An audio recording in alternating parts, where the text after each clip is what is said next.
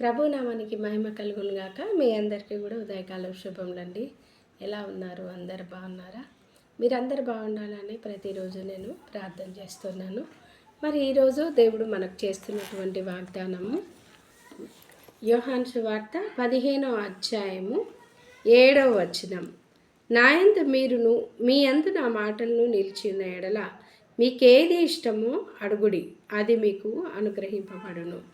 మరి దేవుడు ఈరోజు అద్భుతమైన వాగ్దానాన్ని ఇచ్చిండండి. ఏంటంటే ఆయన యందు మనము, మన యందు ఆయన. ఎప్పుడైతే మనము నిలిచి ఉంటామో, అంటే దేవుడు నిలకడగా ఉంటామో, ఎంగేజ్ చేసుకొని ఆయనలోనే మనం ఉంటామో, అప్పుడు మనకి ఏది ఇష్టమో అది అడిగితే ఆయన ఇస్తాడంట. చాలాసార్లు ఏమవుతుందంటే ఈ జీవిత ప్రయాణంలో చాలామందితోని పరిచయాలు ఉంటాయి, చాలామంది ద్వారా మనకి బంధుత్వాలు ఏర్పడతాయి. కానీ చివరి వరకు వచ్చేది ఎవరో తెలియదు, చివరి దాకా ఎవరు నిల్చుంటారో కూడా తెలియదు. బంధుమిత్రులు కావచ్చు, స్నేహితులు బంధుమిత్రులు, మళ్ళీ తర్వాత మన ఏమంటారు భర్త కావచ్చు, లేదంటే తల్లిదండ్రులు, పిల్లలు, ఇట్లా ఎన్నో రకాలైనటువంటి బంధుత్వాల మధ్యలో మనం బంధింపబడి ఉన్నాం. కానీ మన ఆపదలలో నిలబడే వాళ్ళు తక్కువ. అయితే ఇవన్నీ ఒక పర్సెంటేజ్ అయితే, ఇంకొకటి ఏంటంటే దేవుని లోపల నిలబడడం. దేవుని లోపల మనము నిలబడడం, దేవుడు మనలో ఉండడం. దేవుడు మనలో ఎలా ఉంటాడండి? ఆయన వాక్యం మనలోన నిలిచి ఉండడమే దేవుడు మనలో ఉండడం. మరి మనం దేవునిలో ఎలా ఉంటామండి? ఆయనకి ఇష్టకరమైనటువంటి జీవితాన్ని జీవించడమే ఆయన లోపల మనం నిలిచి ఉండడం. ఎవరైతే దేవుణ్ణి ప్రేమిస్తారో, ఎవరైతే దేవుణ్ణి హత్తుకుంటారో, దేవుడు ఏం చేస్తాడంట? వాళ్ళని ప్రేమించే దేవుడు. ఎవరు హత్తుకుంటే వాళ్ళని ఎత్తుకునే దేవుడు. నిజంగా ఈ మాట నాకు చాలా బాగా అనిపిస్తుంది. దేవుణ్ణి మనం హత్తుకుంటేనంట దేవుడు మనల్ని ఎత్తుకుంటాడంట. ఐశ్వర్యము, ఘనత మనకు రావాలి అని అంటే ఆయనను హత్తుకోవాలి, ఆయనను ప్రేమించాలి. ఎప్పుడైతే ఆయనను ప్రేమిస్తామో, ఎప్పుడైతే ఆయనను ఘనపరుస్తామో, అందుకే అంటాడు కదా కీర్తన 91:14 వచనంలో, అతడు నన్ను ప్రేమించుచున్నాడు కనుక నేను అతన్ని తప్పించేదను. అతడు నా నామం ఎరిగినవాడు గనుక నేను అతన్ని ఘనపరిచేదను. ఆయన పేరు తెలుసుకుంటేనే, ఆయన ఏంటో తెలుసుకుంటే మనల్ని ఆయన ఘనపరుస్తాడంట అండి. ఈ నైటి రోజులల్లో పరువు రావాలని, ఘనత రావాలని ఎంత ప్రయాసపడతామండి. చాలామంది యొక్క ఆలోచన విధానం ఎలా ఉంటుందంటే డబ్బులుంటే చాలు అన్నీ అయిపోతాయని. లేదండి, చాలా పొరపాటు ఆలోచన. ఎందుకంటే డబ్బులతో ఘనత వస్తుంది అనేది 100% కాదు. వస్తుండొచ్చు కానీ 100% కాదు. కానీ దేవుడు హెచ్చింపు ఉంటుంది చూడండి, అది శాశ్వతమైంది. అందుకే అంటాడు దేవుడు, తలుపు నీ ఎదుట తెరిచి ఉన్నాను, దాన్ని ఎవ్వడూ మూయనేరుడు అని అంటాడు. మరి దేవుడు ఆశీర్వాదించడము ఒకవేళ స్టార్ట్ చేసిండంటే దాన్ని ఎవ్వరు కూడా స్టాప్ చేయలేరండి. ఎందుకంటే ఆయన సర్వశక్తిమంతుడైన దేవుడు. అయితే ఈరోజు దేవుడు అంటున్నాడు నీతోని, నీకేది ఇష్టమో అది నువ్వు నన్ను అడుగు, అది నేను నీకు ఇస్తా అంటున్నాడు. చాలా ఆశ్చర్యకరమైన మాట ఇది. ప్రాక్టికల్గా మనం ఆలోచిస్తే చాలా అద్భుతంగా అనిపిస్తుంది ఈ మాట. మనకేది ఇష్టమో, మనకి పలానాది ఇష్టం ఉంది ప్రభు అని కొన్నిసార్లు మన పేరెంట్స్ అయినటువంటి మన దగ్గర పిల్లలు ఇది ఇష్టం మమ్మీ, అది ఇష్టం మమ్మీ అని చెప్పలేకపోతారు. ఎందుకంటే ఉదాహరణ, చిన్నపిల్లలకి చాక్లెట్స్ అంటే చాలా ఇష్టం. చాక్లెట్లు కొనియమని తల్లిదండ్రులను అడిగితే తల్లిదండ్రులు చెప్పే విషయం ఏంటంటే చాక్లెట్లు తినొద్దు, క్యావిటీ వస్తుంది, చాక్లెట్లు ఎక్కువ తినొద్దు, మంచిది కాదు, చాలా అనారోగ్యం అవుతుంది అని చెప్పేసి మనం చెప్తాం. అంటే ఒక రీజన్ని వాళ్ళకి చెప్తాం, అది వాస్తవమే కాబట్టి. కానీ వాళ్ళు కొన్నిసార్లు మనకు వాళ్ళ ఇష్టాన్ని చెప్పలేకపోతారు. ఎందుకంటే మమ్మీ వద్దంటుందేమో, డాడీ వద్దంటుండేమో అని. కానీ ఇక్కడ ప్రభు అంటుండే, నీకేది ఇష్టమో అది అడిగేసేయి. నిజంగా దేవుని దగ్గర మన ఇష్టాన్ని వ్యక్తం చేయడానికి ఎంత కృపనిచ్చిందండి దేవుడు, నిజంగా కదా. ఆయన దగ్గరికి వెళ్ళి, దేవా నాకు ఫలానాది ఇష్టం ఉంది ప్రభా, నువ్వు సహాయం చేయనని అడిగితే ఖచ్చితంగా దేవుడు మనకు సహాయం చేస్తాడు.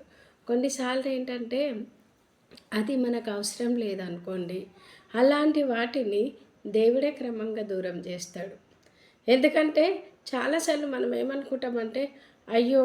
నాకిది జరగట్లేదే, ఇది నాకు రావాలి అన్న కాంక్ష ఉంది, ఎందుకు ఇట్లా అవుతుంది అని అనిపిస్తది. కానీ అది మనకు అవసరం లేదు అన్నప్పుడు దేవుడు తొలగించేస్తాడు.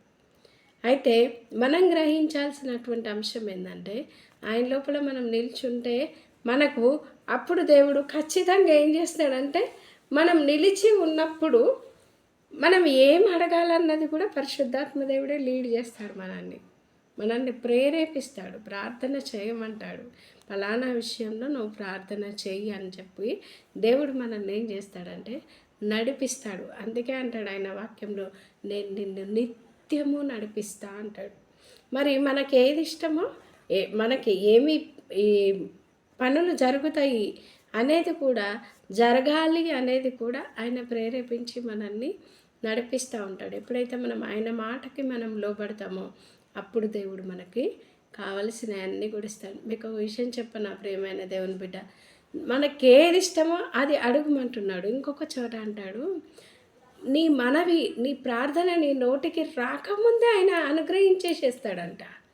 ఇదైతే చాలా అద్భుతం అనిపిస్తుంది నాకు ఈ మాట. ఇంకా అంతేకాదు, రేపటిని గూర్చి ఏమి తిందుమా, ఏమి తాగుదుమా, ఏమి ధరించుకుందామా నువ్వు బాధపడకు. రేపటిని గురించి రేపే ఆలోచించుకుంటుందంట. రేపు అమ్మో ఇతడు దేవుని బిడ్డ, ఈమె దేవుని బిడ్డ, దేవుడు ఆజ్ఞాపిస్తాడంట ఏమని తెలుసా? ఇదిగో రేపు అనే అటువంటి ఉంది కదా, దానికి ఆజ్ఞాపిస్తాడంట, నువ్వు వాళ్ళకి ఇది చేసి పెట్టాను. చాలా అద్భుతం అనిపిస్తుంది ఈ మాట. ఎంత ఆశ్చర్యకరుడైన దేవుడు మనకున్నాడండి. అవును, ఆయన పేరే ఆశ్చర్యకరుడు, ఆలోచనకర్త. అవును, ఆయన మనం ఎలా నడవాలనేది మనకు ఆలోచన ఇస్తాడు. అద్భుతకరుడైనటువంటి దేవుడు మన జీవితాల్లో మన కోసం సమకూర్చినవి కంటికి కనబడవు, చెవికి వినబడవు, హృదయానికి గోచరం కావు. దేవుణ్ణి ప్రేమించే వారికి, అనగా ఆయన సంకల్పం చొప్పున పిలువబడిన వారికి దేవుడు ఏవేవి చేసి ఉంచెనో అవి మనకి కనబడవంట. అంత అద్భుతమైన దేవుడు మనకున్నాడు. ఎందుకని భయపడుతున్నావు ప్రియమైన దేవుని బిడ్డ? ఎందుకని టెన్షన్ పడుతున్నావు? నాకు ఇది అవుతుందో కాదో అని అడుగు. దేవుడి సన్నిధికి వచ్చాడు, దేవుడు ఖచ్చితంగా ఇస్తాడు. అందుకే మత్తయి సువార్త 7:7 అంటాడు ఆయన, అడుగుడి మీకు ఇయ్యబడును, వెదుకుడి మీకు దొరుకును, తట్టుడి మీకు తీయబడును, అడుగు ప్రతి వానికి ఇయ్యబడును అంటాడు. ఆయన ఎవరిని కూడా ఏమంటారు సపరేట్ చేసే దేవుడు కాదు. మనం కొంతమంది మనకి ఇష్టం ఉన్నో లేదని అడిగింది అనుకోండి, టక్కని తీసిస్తాం. అదే మనకి ఇష్టం లేని వాళ్ళు వచ్చి మనం లేదని అడిగింది అనుకోండి, ఉన్న కానీ లేదని చెప్తాం కదా. అది మానవ నైజం. కానీ దేవుడు ఎవరిని గద్దింపక అందరికీ ధారాళంగా దయచేసి దేవుడు ఆయన. మరి అట్టి దేవుడు మనకు తోడుగా ఉంటున్నాడు. మరి మీకు ఏది ఇష్టమో ఆయన యందు మీరు నిలిచుండి, మీకు ఏది ఇష్టమో అదే అడుగుడి, దేవుడు ఖచ్చితంగా మీకు అనుగ్రహిస్తాడు. అట్టి కృపచేత దేవుడు మీ అందరినీ దీవించి ఆశీర్వదించునుగాక. మరి ముఖ్యంగా ఏంటంటే ఈ 15వ అధ్యాయము 1వ వచనంలో చూస్తే, ద్రాక్షవల్లిని నేను, తీగలు మీరు, నా యందు నిలిచి ఉండమంటాడు. ఈ ద్రాక్ష తీగ ఎప్పుడైతే ఆ చెట్టుతోనే ఉంటుందో అప్పుడు అది పచ్చగా ఉంటుంది. ద్రాక్ష తీగ అయినా సరే, ఈవెన్ చెట్టు కొమ్మ అయినా సరే, ఎప్పుడైతే అది ఆ చెట్టుతో ఆ మొద్దుతో అనుసంధానం చేయబడి ఉంటుందో అప్పుడు అది పచ్చగా ఉంటుంది. ఎందుకంటే దానికి కావాల్సిన అన్నీ కూడా సరఫరా అవుతాయి కాబట్టి. ఎప్పుడైతే సపరేషన్ అవుతుందో అప్పుడేమైపోతుందండి, ఎండిపోద్ది.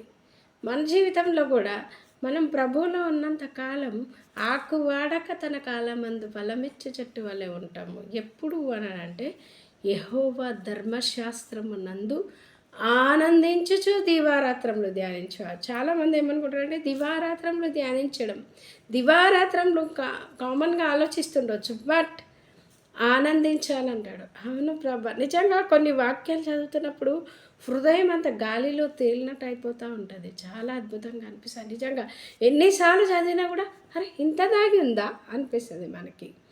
అలాంటి అద్భుతమైన దేవుడు. ఎందుకంటే ఇది సజీవమైన వాక్యం. దీంట్లో జీవం ఉంది. ఎప్పుడు నువ్వు ప్రార్థన చేసి, ఎప్పుడు నీవు బైబిల్ చదువుతావో, నువ్వు ప్రార్థన చేస్తే నువ్వు ఆయనతో మాట్లాడడం, బైబిల్ చదివితే ఆయన నీతో మాట్లాడడం. ఎంత అద్భుతమైన రిలేషన్షిప్ అండి మనది. ఎంత గొప్ప ఫెలోషిప్ అండి మనది. ఎంత గొప్ప సహవాసం ఇచ్చిన దేవాది దేవునికి మహిమ కలుగును గాక. మీరు దేవునిలో నిలబడి ఆయన ఆయన ఆజ్ఞలను గైకుంటూ నువ్వు ముందుకు సాగుతున్నప్పుడు నీకేది ఇష్టమో అది దేవుడు అనుగ్రహిస్తాడు. అటు కృప చేత దేవుడు మీ అందరినీ దీవించి ఆశీర్వదించును గాక. చిన్న ప్రార్థన చేసుకుందాం. మహాపరిశుద్ధుడా, మహోన్నతుడా, జీవం గల దేవా, నీకు స్తోత్రములు చెల్లిస్తున్నా. ఉదయకాలం నా ప్రభ నీకు వందనం. నిజంగా మీకు ఏది ఇష్టమో అది అడగమంటున్నాం. మాకు ఇష్టమైంది ఇచ్చే దేవుడవు నాయన, నీకు స్తోత్రం. మేము ఒకవేళ మనుషుల్ని అడిగితే అది వాళ్ళకు సాధ్యపడకపోవచ్చు, కానీ నాయన నేను నిన్ను అడిగితే ప్రభా మాకు కావలసిన ఈవులనెల్లా దయచేసి దేవుడవు. ఇదిగో మా ప్రభా, ఈ వాక్యం ఎంతమంది అయితే చూస్తున్నారో వారందరికీ ఏది ఇష్టమో అది మీరు అనుగ్రహించండి అయ్యా. ఈ వాక్యం చూస్తున్నప్పుడే వాళ్లకు ఆశీర్వాదం వచ్చునుగా కానీ ప్రార్థిస్తున్నాను. అవును ప్రభా, ఆ యొక్క ప్రజెన్స్ను వాళ్ళు అనుభవించదురుగా కానీ ప్రార్థిస్తున్నాను నాయన. నీకు స్తోత్రం. సత్య సమాధానములతో వారిని నింపండి నాయన. నీకు స్తోత్రం. సమృద్ధి చేత ఆశీర్వదించండి, స్వస్థతలను అనుగ్రహించండి దేవా. నీ కృపలో నిత్యము వర్ధిల్లింపచేయండి. మా వ్యూవర్స్ అందరినీ, మా సబ్స్క్రైబర్స్ అందరినీ కూడా దీవించి ఆశీర్వదించమని, వారి యొక్క కుటుంబాలన్నింటినీ కూడా దీవించమని నీ పాద సన్నిధిలో ప్రాధేయపడుతూ ఇచ్చిన ఈ సమయమును బట్టి కృతజ్ఞతాస్తుతులు చెల్లిస్తూ ఈ కొద్ది విన్నపం నా ప్రభువైన యేసుక్రీస్తు పేరిట సమర్పిస్తున్నాను తండ్రి. ఆమేన్. ప్రియమైన దేవుని బిడ్డలారా, మరి మీతో ఒక చిన్న మనవి. చక్కగా మీరు వాక్యాలను చూస్తూ ఉన్నారు, ఆశీర్వదింపబడుతున్నారని నేను నమ్ముతున్నాను. నేను ప్రతిరోజు కూడా ఖచ్చితంగా నేను ప్రార్థన చేస్తూ ఉంటాను. మరి దయచేసి మీరు ఆ యొక్క ఇంకా సబ్స్క్రైబ్ చేసుకోకపోతే దయతో సబ్స్క్రైబ్ చేసుకోవాల్సిందిగా ప్రభు పేరిట మనవి చేస్తున్నాను. అంతేకాదు అనేకులకు షేర్ చేయండి. మీకు ఈ వాక్యము చెప్పబడుతున్న ఈ వాగ్దానాల ద్వారా మీరు ఆశీర్వదించబడుతున్నట్లయితే దయచేసి లైక్ చేయండి, ఇతరులకు షేర్ చేయండి, అండ్ ఆల్సో కామెంట్ కూడా చేయండి. కామెంట్ చేస్తే నాకు కొంచెం ప్రోత్సాహంగా ఉంటుంది. అంతేకాదండి, కామెంట్స్ చేయడం వల్ల కూడా మీ యొక్క అవసరతలు ఏవన్నటివి కూడా నాకు తెలుస్తుంది. కాబట్టి ఇంకా నేను ఎక్కువగా ప్రార్థన చేయడానికి అవకాశం కలుగుతుంది. మరి దయచేసి మీరందరూ కూడా సబ్స్క్రైబ్ చేసుకొని లైక్ చేయవలసిందిగా మనవి చేస్తున్నాను.